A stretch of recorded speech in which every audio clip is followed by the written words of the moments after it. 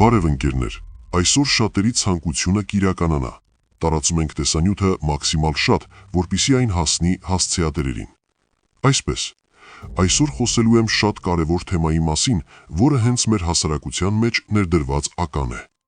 Հիշում եք, որ հարցեր էի ուղղել Նարեկ Կարապետյանին, որոնք այդպես էլ մնացել են անպատասխան։ Ընկերներ, սա ապացույց, որ Նարեկ Կարապետյանը անձամբ տեսել է իրեն ուղղված հարցերը, սակայն որևէ արձագանք չի տվել։ Հույս ունեմ, որ հենց Նարեկ Կարապետյանը կրկին կդիտի այս տեսանյութը եւ կպատասխանի նախորդիվ հնչած հարցերին։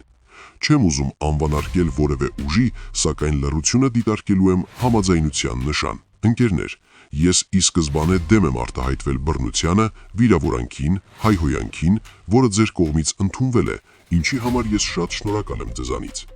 Բայց կան անձինք, ովքեր հանդիսանալով ընդդիմադիր կոչված ուժերի համակիրներ, իրենց տանը, իրենց ծնողներին ամենօրյա ռեժիմով հասցեագրված հայհոյանքները տեղադրում են մեկնաբանություններում։ Ընդդիմադիր ուժերը, այդ թվում Ուժեղ Հայաստան կուսակցության ներկայացուցիչները, իշխանություններին մեղադրում են հասարակությանը բաժանելու մեջ, սակայն նրանք որևէ բանով չեն տարբերվում գործող վարչախմբից։ Հիմա բացատրեմ, երբ մի ուժ չի կարողանում ազդեցություն ունենալ իր աջակիցների վրա, ապա այդ ուժը կամ թույլ է, կամ էլ հենց իր թելադրանքով է տեղի ունենում հասարակության պառակտումը։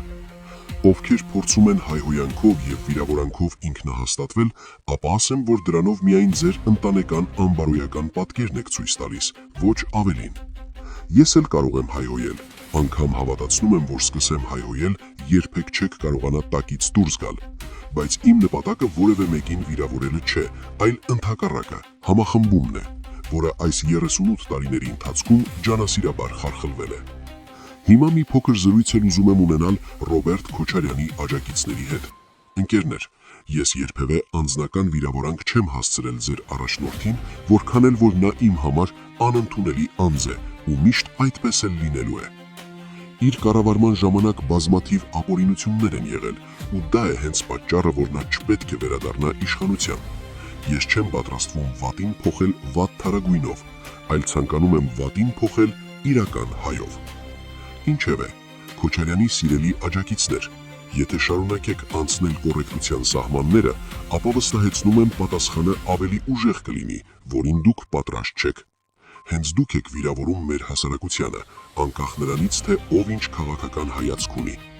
Եթե չեք կարողանում ապացուցել, որ ձեր ղեկավարը Նիկոլից լավն է, ապա ավելի լավ է լռել։ Այս խոսքերիցս չփորձեք ենթադրել, որ ես Նիկոլ Փաշինյանի աջակից եմ կամ ինչ անում եմ նրա համար եմ անում։ Ոչ։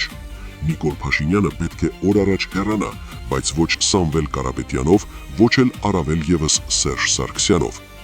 Իդեպ, փոքրիկ հավելում էլ անեմ, ես գիտեմ ձեր բոլորի շտաբերի տեղերը, անգամ գիտեմ ով որքան գումար է ստանում ֆեյքերով գրոհելու համար, անուն առանուն գիտեմ։ Չփորձեք իմ համբերությունը, վստահեցնում եմ, որ դրանից ես չեմ տուժի։ Ասացներիս հավաստիքն էլ այն է, որ Ռոբերտ Քոչարյանի ընտանիքը հսկայական ջերմոցային տնտեսություն ունի Կոտայքի մարզի Ակունք գյուղում, Հատիս լեռան ստորոտին, որը իդեպ այլ անձի անունով է, բայց անձամբ ղեկավարում է Սեդրակ Քոչարյանը։ Սրա մասին անգամ մեր այսպես ասած ուժայինները չեն խոսել։ Իմ պայքարը հիմա Նիկոլ Փաշինյանի դեմ է, ոչ թե ձեր, սրանով բավարարվեք։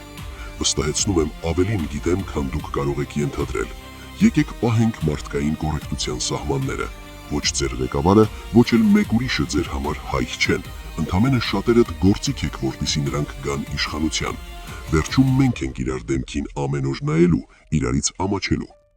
Եկեք մի բան պայմանավորվենք։ Ով կփորձի վիրավորել դիմացինին, ապա նա գնում է սև ցուցակ ու ինքը ամենաանբարոյական անձն է իր ընտանիքի հետ համատեղ։ Այսօր այսքանը, վաղվանից անցնում ենք Երևանին, կսկսվի երևանյան օրերը։ Հարգանքներով, ձեր Հայը։